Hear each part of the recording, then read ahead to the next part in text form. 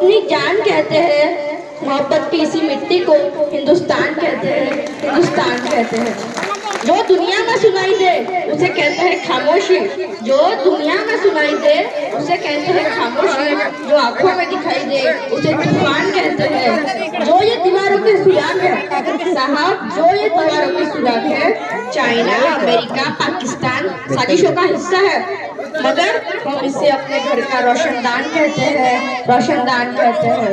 सभा में उपस्थित सारे मान्यवर, मैं राज भेलावे आज गणतंत्र दिन पर आपके साथ अपने कुछ विचार आपके साथ साझा करना चाहूंगा। आजादी, आजादी का असली मतलब वही समझ सकता है जिसने कभी गुलामी की हो। हम सौभाग्यशाली है कि हमने स्वतंत्र भारत में जन्म लिया। यूं तो आजादी की लौ 1857 में ही जल चुकी थी, जो वर्षाव बनकर 1947 में हमारे भारत देश को आजाद कराई। प्राचीन, मध्यकालीन और वर्तमान भारत की उदाहरणों से यह स्पष्ट करना चाहूंगा कि जब हम फिरंगियों के फेरे में फंस गए थे, तब मेरे रंगदे बसंती चोला के एक आवाज पर टोलों के टोले उमड़ाते थे और वहां से निकलने वाला वंदे मातरम के आवाज से खून में खौलने वाला 5-5 डिग्री का तूफान अंग्रेजी शासकों के जड़ों में तूफान ला देता था। तब लोग मर जाते थे, मिट जाते थे, फांसी चढ़ जाते थे, तो वो भी अपनी देशभक्ति साबित कर रहे होते थे, क्योंकि वो उस दौर की देशभक्ति की कसौटी थी। उसके बाद 62, 65 और 71 के महायुद्धों में अपने सुहाग गवा देने वाली औरत जब घर के हालत ये हो जाते थे कि प्यार भी भरपूर गया, मांग का सिंदूर गया, प्यार भी भरपूर गया, मांग का सिंदूर गया, छोटे छोटे बेटों की लंगोटियां चली गई, छोटी छोटी बेटियों की चोटियां चली गई, बाप की कमाई गई, भाई की पढ़ाई गई, ऐसा एक विस्फोट हुआ, पता ही नहीं चला, पूरे जिस्म की कई बोटियां चली गई, पूरे जिस्म की कई बोटियां चली गई। वाले हालात पैदा हो जाने के बावजूद एक माँ अपने बेटे को सरहद पर दुश्मनों की धज्जियां उड़ाने के लिए भेज देती थी और उसे पत्र लिखकर ये कहा करती थी कि माँ ने पत्र लिखा है बड़ी चाव से, पुत्र मेरे ना घबरा जाना, एक इंच भी पीछे ना हटना, पुत्र मेरे ना घबरा जाना, एक इंच भी पीछे ना हटना, चाहे इंच इंच कट जाना, चाहे इंच इंच हट जाना। ऐसा ही पूरा परिवार अपने देशभक्ति साबित कर रहा होता था। तब देश बलिदान मांगता था, तब देश मर जाने को, मिट जाने को, फांसी चढ़ जाने को कहता था। किंतु आज देश मर जाने को, मिट जाने को, फांसी चढ़ जाने को नहीं कहता, बल्कि मेरे विचारों में है, अगर कोई नागरिक अपना काम पूरी मेहनत, पूरी ईमानदारी और पूरी लगन से करे तो वही सबसे बड़ा देशभक्त है। अब अगर आप कहेंगे कि साल में 2 बार तिरंगा झंडा लेकर घूमना देशभक्ति है, तो मैं आपसे ये पूछना चाहूंगा कि फुटपाथ में रहने वाला गरीब बच्चा ट्रैफिक की छांव में नंगे पांव में जब तिरंगा बेचता है, तो इससे क्या आप उसकी देशभक्ति कहेंगे? नहीं, यह उसकी देशभक्ति नहीं, उसके पेट की शक्ति है जो उसे ऐसा करने पर मजबूर करती है। क्योंकि ना मस्जिद को जानते हैं, ना शिवालों को जानते हैं, ना मस्जिद को जानते हैं, ना शिवालों को जानते हैं। जो पेट के भूखे होते हैं ना, वो सिर्फ भोजन के निवालों को जानते हैं, भोजन के निवालों को जानते हैं। मैं नहीं मानता कि फेसबुक और व्हाट्सएप की डीपी को 3 रंग में रंगना ही देशभक्ति है।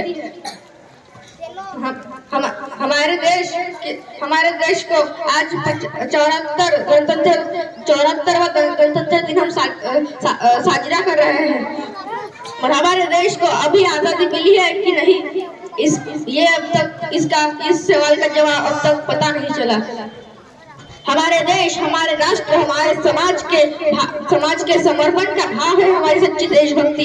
हर देशद्रोही के दिल में उठने वाला तूफान है हमारी सच्ची देशभक्ति, क्योंकि हर देशद्रोही को पता चल सके कि अगर तू परिंदा है तो ये आसमान तेरा है, अगर तू दरिंदा है तो ये शमशान तेरा है। भाईचारे से रहना तो रह इस जमीन पर, वरना ये कब्र भी तेरी है और ये कब्रिस्तान भी तेरा है।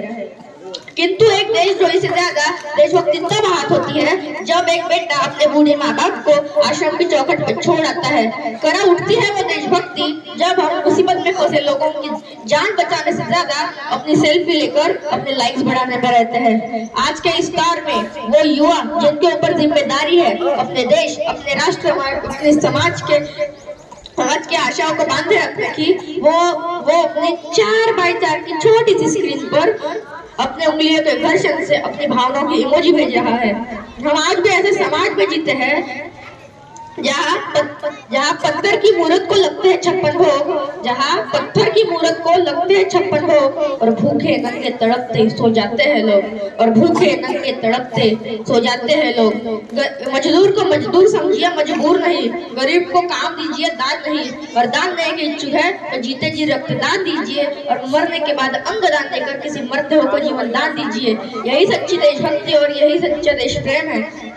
क्योंकि न सरकार मेरी है न रब मेरा है, न सरकार मेरी है न रब मेरा है, और न ही ये बड़ा सा नाम मेरा है। बस इतनी सी बात का गुरूर है मुझे कि मैं भारत का हूँ और ये भारत मेरा है और ये भारत मेरा है। एक वैचारिक बीमारी भी मुझे अपने समाज में नजर आती है कि कहा जाता है हम सबसे बड़े लोकतंत्र है, जहाँ हिंदू पैदा होते हैं, मुस्लिम पैदा होते हैं, सिख और ईसाई भी पैदा होते हैं। बदकिस्मती की बात है, हम इंसान पैदा नहीं होते। और मेरे विचारों में है ना हिंदू की जरूरत है ना मुसलमान की जरूरत है, ना हिंदू की जरूरत है ना मुसलमान की जरूरत है। राष्ट्र निर्माण के लिए केवल अच्छे इंसान की जरूरत है, केवल अच्छे इंसान की जरूरत है।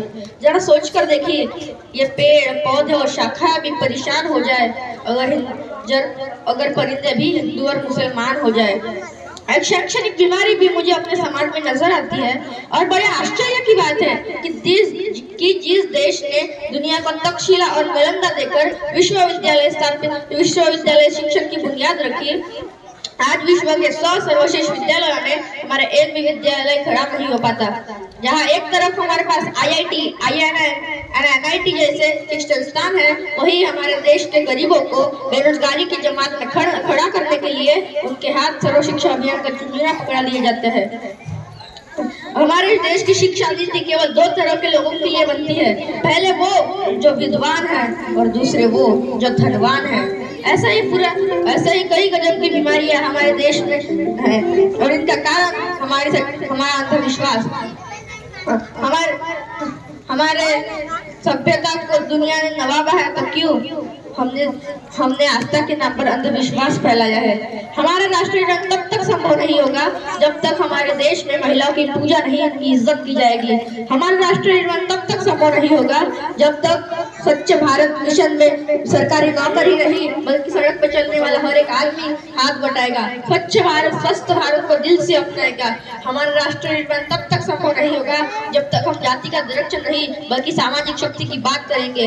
हमारा राष्ट्रीय निर्माण तब तक संभव नहीं होगा जब तक एक गरीब बच्चा मध्यस्थ भोजन के लिए नहीं, बल्कि ध्यानार्जन के लिए सरकारी स्कूल में पाव रखेगा। और हमारा राष्ट्रीय निर्माण तब तक संभव नहीं होगा जब तक एक नागरिक नैतिक रूप से सतीन, चारित्रिक रूप से भ्रष्ट, राजनीतिक रूप से गंदा, धार्मिक रूप से अंधा, शैक्षिक के आंकड़ों में जिन्न शिन्न पैपन्न अखंड भारत को खंड खंड करता रहेगा, तब तक हमारा राष्ट्रीय निर्माण संभव नहीं होगा।